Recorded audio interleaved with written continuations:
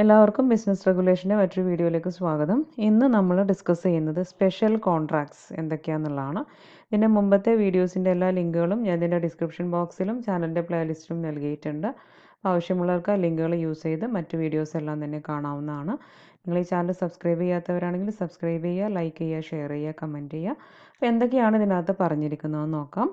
അപ്പോൾ special contracts എന്ന് പറയുമ്പം അതിനകത്ത് കുറേ ഐറ്റംസ് വരുന്നുണ്ട്. അതിൽ contract of indemnity, contract of guarantee, then contract of bailment and contract of pledge and contract of agency. ഇങ്ങനെ 5ഓളം സ്പെഷ്യൽ കോൺട്രാക്റ്റുകളാണ് ഇന്ത്യൻ കോൺട്രാക്റ്റ് ആക്ടിനകത്ത് പറഞ്ഞിരിക്കുന്നത്. ഇന്ത്യൻ കോൺട്രാക്റ്റ് ആക്ടിലെ സെക്ഷൻ 124 തൊട്ട് 147 വരെയൊക്കെ ഡീൽ ചെയ്തിരിക്കുന്നത് കോൺട്രാക്റ്റ് ഓഫ് ഇൻഡെംനിറ്റിയും കോൺട്രാക്റ്റ് ഓഫ് ഗ്യാരണ്ടിയാണ്. ഇതിൽ കോൺട്രാക്റ്റ് ഓഫ് ഇൻഡെംനിറ്റി മാത്രമാണ് ഇപ്പോൾ ഈ വീഡിയോക്കകത്ത് ഞാൻ ഡിസ്കസ് ചെയ്യാൻ ഉദ്ദേശിക്കുന്നത്. അപ്പോൾ എന്താണെന്ന് നോക്കാം. Contract of indemnity. അപ്പോൾ ഇൻഡെംനിറ്റി എന്ന് പറഞ്ഞു കഴിഞ്ഞാൽ to indemnify means to compensate or make good the loss. Compensate ചെയ്യുക അല്ലെങ്കിൽ നഷ്ടം നികത്തി കൊടുക്കുക എന്നൊക്കെയാണ് ഇൻഡെംനിഫൈ എന്ന് പറയുന്നതിൻ്റെ മീനിങ്. അപ്പോൾ ആർക്കെങ്കിലും ഒരു നഷ്ടം ഉണ്ടാകുമ്പോൾ അത് പ്രൊട്ടക്റ്റ് ചെയ്യുക, അല്ലെങ്കിൽ നഷ്ടത്തിനെതിരെ പ്രൊട്ടക്റ്റ് ചെയ്യുക, അവർക്ക് വേണ്ട കോമ്പൻസേഷൻ കൊടുക്കുകയൊക്കെ ചെയ്യുന്ന ഒരു ആക്ടാണ് എന്ത് ഇൻഡെംനിറ്റി എന്ന് നമുക്ക് പറയാം. ദെൻ ഇതിൻ്റെ ഡെഫിനിഷൻ നോക്കാം. സെക്ഷൻ 124 ഇതിൻ്റെ ഡെഫിനിഷൻ കൊടുത്തിട്ടുണ്ട്. A contract of indemnity is a contract by which one party promises to save the other from loss. Contract of indemnity എന്ന് പറയുമ്പോൾ ഒരു കോൺട്രാക്റ്റ് ആണ്. അതിൽ ഒരു party one party promises to save the other from loss. ഒരു party മറ്റൊരു പാർട്ടിയെ ലോസിൽ നിന്നും സേവ് ചെയ്യാം എന്ന് പ്രോമിസ് ചെയ്യുകയാണ് ചെയ്യുന്നത്. കോസ്റ്റ് ടു ഹിം, അയാൾക്കുണ്ടാകുന്ന loss, by the conduct of the promisor himself, പ്രോമിസറുടെ പ്രവൃത്തി മൂലമാവാം, or by the conduct of any other person, മറ്റേതെങ്കിലും ഒരു വ്യക്തിയുടെ പ്രവർത്തനം മൂലമാവാം. അങ്ങനെ ഒരു വ്യക്തിക്കുണ്ടാകുന്ന ലോസ്, അതിൽ നിന്നും അയാളെ സേവ് ചെയ്തോളാം എന്ന് മറ്റൊരു പാർട്ടി പ്രോമിസ് ചെയ്യുന്ന കോൺട്രാക്റ്റാണ് എന്ത്, കോൺട്രാക്റ്റ് ഓഫ് ഇൻഡെംനിറ്റി എന്ന് പറയുന്നത്. അപ്പോൾ നമ്മുടെ ഫയർ ഇൻഷുറൻസ്, മറൈൻ ഇൻഷുറൻസ്, ഇതൊക്കെ കോൺട്രാക്റ്റ് ഓഫ് ഇൻഡെംനിറ്റിക്ക് എക്സാമ്പിൾസ് ആണ്. പക്ഷേ നമ്മുടെ ലൈഫ് ഇൻഷുറൻസ് എന്ന് പറയുന്നത് കോൺട്രാക്റ്റ് ഓഫ് ഇൻഡെംനിറ്റിക്കകത്ത് വരില്ല. നമുക്കൊരിക്കലും പരിഹരിച്ച് കൊടുക്കാൻ പറ്റില്ല അല്ലേ, ഒരാളുടെ ലൈഫ് നഷ്ടപ്പെടുകയോ മറ്റോ ചെയ്തു കഴിഞ്ഞാൽ. അതൊരിക്കലും കോൺട്രാക്റ്റ് ഓഫ് ഇൻഡെംനിറ്റിക്കകത്ത് വരില്ല. ദെൻ ഇതിനകത്ത് വരുന്ന പാർട്ടീസ് ആരൊക്കെയാണെന്ന് നോക്കാം. 2 പാർട്ടീസാണുള്ളത്. ഒന്ന് ഇൻഡെംനിഫയർ. ഇൻഡെംനിഫയർ എന്ന് പറയുമ്പോൾ ആരായിരിക്കും? Who promises to save the other from loss. നഷ്ടത്തിൽ നിന്നും സേവ് ചെയ്യാം എന്ന് പ്രോമിസ് ചെയ്യുന്ന ആളാരാണോ അവരാണെന്ത്, ഇൻഡെംനിഫയർ. ചുരുക്കത്തിൽ പ്രോമിസറാണ് ആര്, ഇൻഡെംനിഫയർ. ദെൻ വരുന്നത് indemnified. Who is the person so saved from such loss. അത്തരം നഷ്ടത്തിൽ നിന്നും പ്രൊട്ടക്ഷൻ കിട്ടുന്ന, സേവ് ചെയ്യപ്പെടുന്ന ആളാരാണോ അയാളെയാണ് നമ്മൾ ഇൻഡെംനിഫൈഡ് എന്ന് പറയുന്നത്. നമ്മുടെ നോർമൽ കേസിൽ പ്രോമിസ് ചെയ്യണമെന്ന് നമുക്ക് പറയാം. ഇപ്പം ഇതിനൊരു എക്സാമ്പിൾ പറയുകയാണെങ്കിൽ, ഇൻഡെംനിറ്റി കോൺട്രാക്റ്റ് ഒരു എക്സാമ്പിൾ പറയുകയാണെങ്കിൽ, ഇപ്പോൾ എ എന്ന് പറയുന്ന ഒരു വ്യക്തി ബിയുമായിട്ട് കോൺട്രാക്റ്റിൽ ഏർപ്പെടുകയാണ്.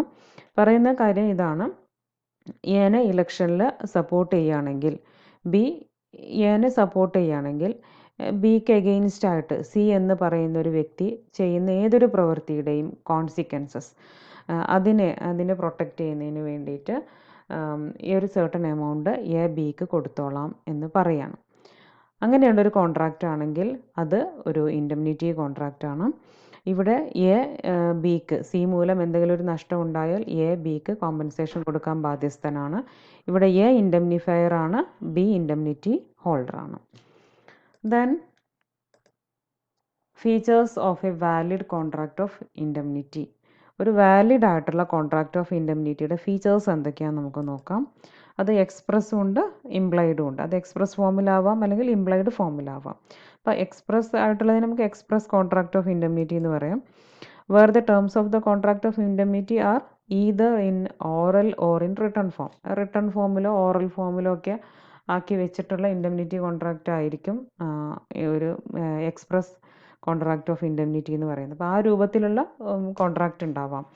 അപ്പോൾ ഇതിനുള്ള ഒരു ബെസ്റ്റ് എക്സാമ്പിളാണ് നമ്മുടെ ഇൻഷുറൻസ് പോളിസി എന്ന് പറയുന്നത് അല്ലേ. നമ്മൾ ഇൻഷുറൻസ് പോളിസി എടുത്തു കഴിഞ്ഞാൽ നമ്മളത് വ്യക്തമായിട്ട് അവിടെ പറഞ്ഞുറപ്പിച്ചും മറ്റും, അല്ലെങ്കിൽ ടേംസ് ആൻഡ് കണ്ടീഷൻസൊക്കെ എഴുതി തയ്യാറാക്കിയ ഡോക്യുമെൻ്റൊക്കെ നമുക്കുണ്ടാവും. അപ്പോൾ അതൊരു എക്സ്പ്രസ് കോൺട്രാക്റ്റ് ഓഫ് ഇൻഡെംനിറ്റിക്ക് എക്സാമ്പിളാണ്. അപ്പോൾ എക്സ്പ്രസ് ഫോമിലുള്ള കോൺട്രാക്റ്റ് ഓഫ് ഇൻഡെംനിറ്റി ഉണ്ട്.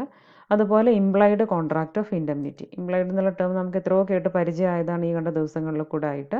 It can be inferred from the circumstances of the case or from the relationship of parties. ആ ഒരു സാഹചര്യത്തിൽ നിന്ന് അല്ലെങ്കിൽ പാർട്ടികൾക്ക് തമ്മിലുള്ള ആ ബന്ധത്തിൽ നിന്നുമൊക്കെ നമുക്ക് മനസ്സിലാക്കിയെടുക്കാൻ പറ്റുന്ന തരത്തിലുള്ള കോൺട്രാക്റ്റ് ഓഫ് ഇൻഡെംനിറ്റിയാണ് ഇംപ്ലൈഡ് കോൺട്രാക്റ്റ് ഓഫ് ഇൻഡെംനിറ്റി. അത് റിട്ടണോ ഓറലോ ആയിരിക്കില്ല.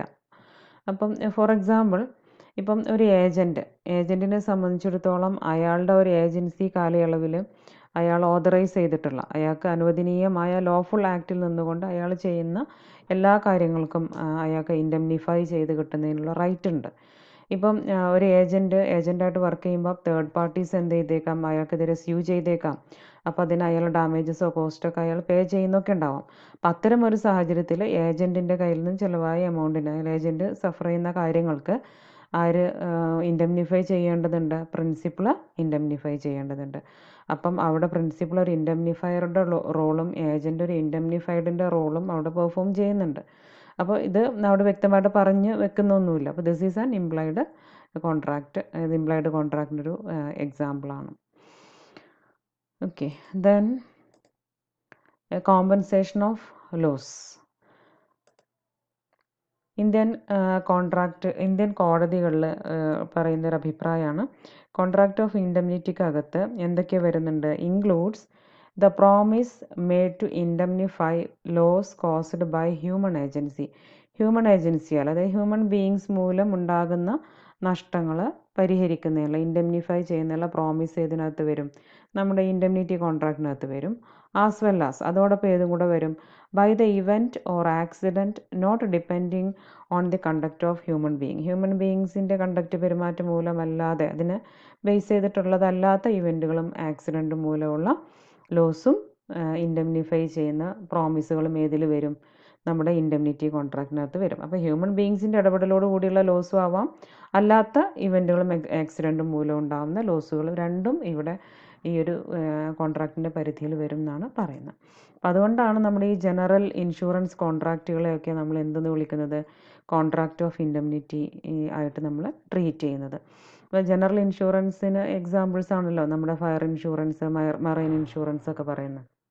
അവിടെ ഇപ്പോൾ ഫയർ അങ്ങനെയുള്ള ഓരോരോ ആക്സിഡൻറ്റ് മൂലം ഉണ്ടാകുന്ന പിന്നെ റിസ്ക്കാണ്, ലോസാണ് ഉണ്ടാകുന്നത്, അല്ലാതെ ഹ്യൂമൻ ബീയിങ്ങിൻ്റെ ആക്ടിവിറ്റി തന്നെ ആവണം എന്നില്ല. Then essentials of A valid contract. ഒരു വാലിഡ് കോൺട്രാക്റ്റിന് ഉണ്ടാവേണ്ട എല്ലാ എസെൻഷ്യൽ എലമെൻറ്റുകളും ഏതിനുണ്ടായിരിക്കണം? കോൺട്രാക്റ്റ് ഓഫ് ഇൻഡെംനിറ്റിയും പൊസസ് ചെയ്തിരിക്കണം.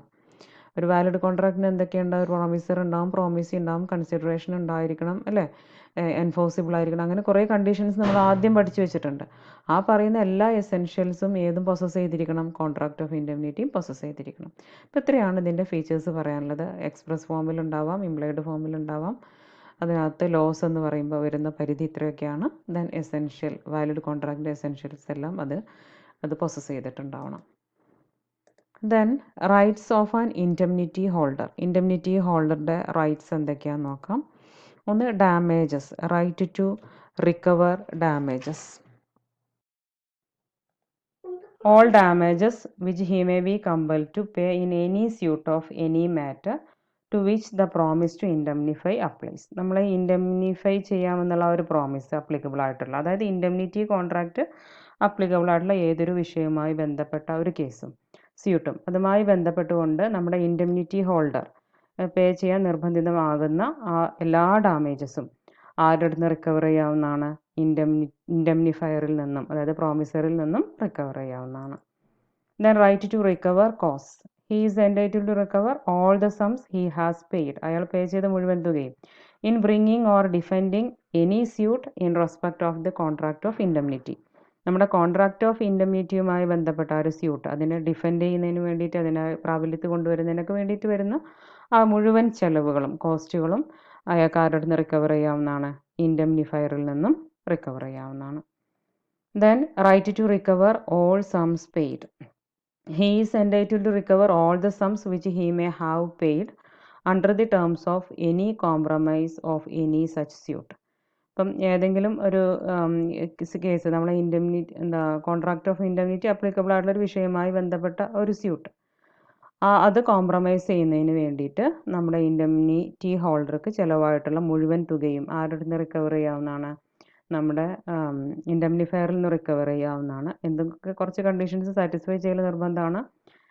Such compromise is not contrary to the order of the promiser അതായത് നമ്മുടെ ഇൻഡെംനിഫയറുടെ ഓർഡറുകൾക്ക് വിരുദ്ധമായിട്ട് ചെയ്യാൻ പാടില്ല. അയാൾ പറഞ്ഞ കണ്ടീഷൻസ് അനുസരിച്ച് വേണം കോംപ്രമൈസ് നടത്താൻ. അപ്പോഴേ മുഴുവൻ തുകയും കിട്ടുകയുള്ളൂ. Then it must be prudent, അത് വളരെ കാര്യക്ഷമമായിട്ട് വളരെ കെയറോട് കൂടിയിട്ടൊക്കെ ചെയ്തതായിരിക്കണം. അതായത് കോംപ്രമൈസ് മസ്റ്റ് ബി പ്രൂഡൻ്റ് ആയിരിക്കണം.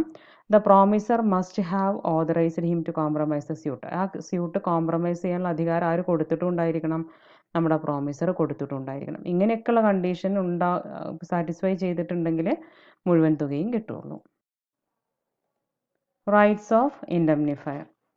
The rights of indemnifier are similar to those of surety under section 141. Section 141 പ്രകാരം ഒരു ഷുവർട്ടിക്ക് ഉള്ളതായിട്ടുള്ള എല്ലാ റൈറ്റ്സും നമ്മുടെ ഇൻഡെംനിഫയർക്കും കിട്ടുന്നതായിരിക്കും.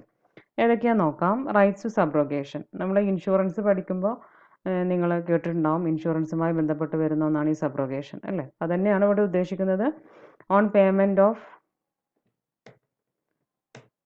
Then rights of indemnifier. The rights of indemnifier are similar to those of a surety under section 141. Section 141 പ്രകാരം ഒരു ഷുവർട്ടിക്ക് കിട്ടുന്ന rights എന്തൊക്കെയാണോ അതേ റൈറ്റ്സ് ഒക്കെ ഒരു ഇൻഡെംനിഫയർക്കും ലഭിക്കുന്നതാണ്. ഏതൊക്കെയാണെന്ന് നോക്കാം. Right to സബ്രോഗേഷൻ.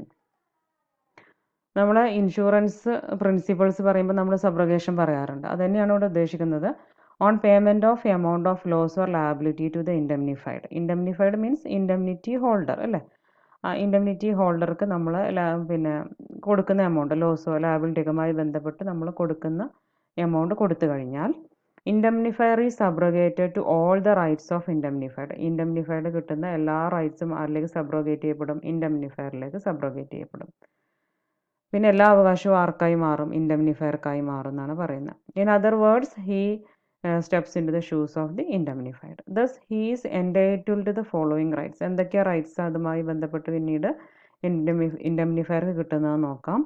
Right to file suit against the person who is liable for the loss. ഈ ലോസിന് കാരണമായ വ്യക്തിക്കെതിരെ കേസ് കൊടുക്കാനുള്ള അവകാശം പിന്നീട് ആർക്ക് വരും? ഇൻഡെംനിഫയർക്ക് വരും. ഇൻഡെംനിഫൈഡിനാണ് നഷ്ടം ഉണ്ടാകുന്നത്. ഇൻഡെംനിഫൈഡിനായിരിക്കും ഈ നഷ്ടം ഉണ്ടാക്കിയ തേർഡ് പാർട്ടിക്കെതിരെ കേസ് കൊടുക്കാനുള്ള അവകാശം നോർമലി ഉണ്ടാവുക.